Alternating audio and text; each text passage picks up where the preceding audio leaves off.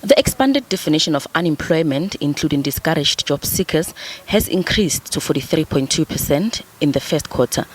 The construction sector lost the most jobs, followed by the private households and the manufacturing sector. Many suffered job losses as businesses had to cut staff numbers to stay afloat in the wake of the pandemic. Let us look at the discouraged work seeker, for example. It increased by about 201,000 people. Taking us to about 3.1 million in the quarter that we are talking about. That is the first quarter of 2021.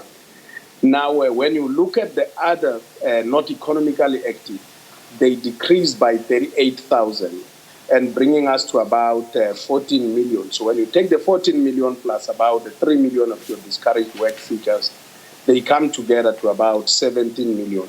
One such South African who gave up on looking for a job and found another way to make a living is Paul Maqubela.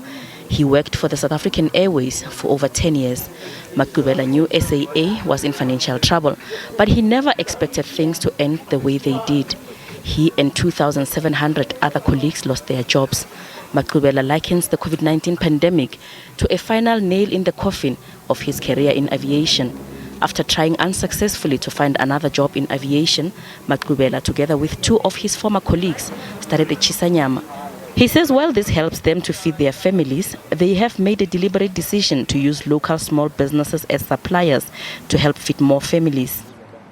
The period ahead remains challenging in terms of employment prospects as the country battles yet another wave of COVID-19 infections and structural impediments to economic growth.